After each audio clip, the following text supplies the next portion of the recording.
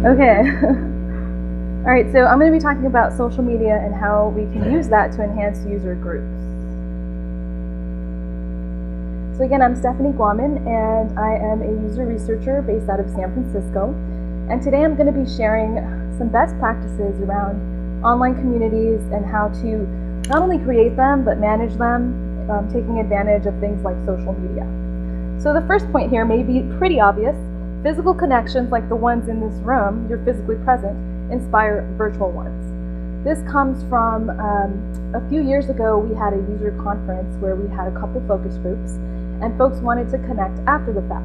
So we decided, why not use Semantic Connect, which is basically an online community similar to the Salesforce one that you guys saw just a minute ago. And the idea is to give people a space where they can share insights.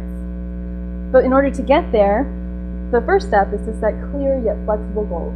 So for us, this was translating to things like, okay, engage them in terms of user experience, exchange best practices, and give them access to our experts. The other thing was to agree on the requirements. So what are the requirements? Well, basically, if we're going to learn anything, we need to make sure that we have the right people in the room or in the space. So even though that is a requirement, you need to be open to new ideas and feedback as you go along, because it is an iterative process. You're sort of applying the user experience process in a way.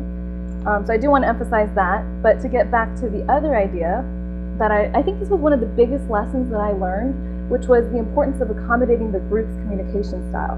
So you'll notice there's two parts to the approach. There's the online forum, and then there's this quarterly call that we did. With the quarterly call, we sort of cut across the digital and physical mediums. So we kind of put a spotlight on real user voices. And most of the time they weren't screaming, so that's a good thing, I hope.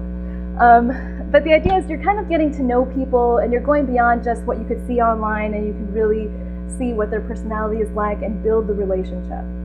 And in short, you want to find the balance that works for your group, because not every group is created equal. And obviously, we're working with diverse users, so not everyone's going to be into Facebook or whatever it is. The other thing is to create a space to build community across channels. And this is kind of, similar to what Erling was saying earlier about having this global sort of trusted advisor community that you're building. Again, the channel that we used before with audio helps us do that because we're relating to people. And at the same time, it gives you an opportunity to show your users some love, which is always good. You want to make them feel special, and there's plenty of opportunity to do that with these different mediums. So the first point is give users access to the experts. And by experts, I don't only mean like internal experts, because they can give demos, they can do all the things that we're used to doing, but also recognize that your users are experts themselves.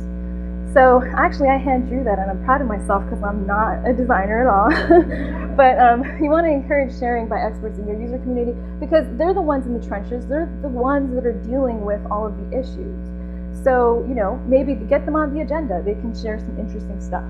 You also want to make your users design partners, and this is pretty straightforward for UX folks, I'm sure.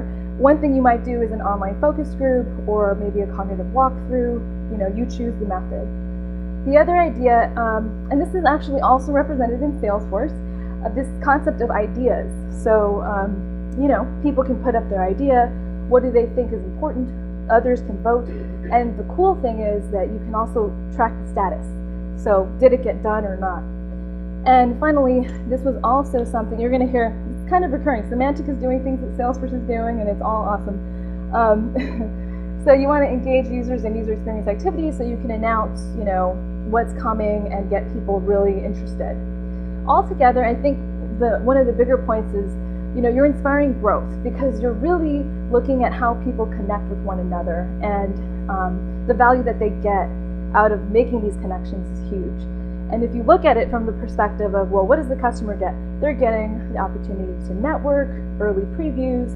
We're getting to listen in, almost eavesdropping on what they're talking about.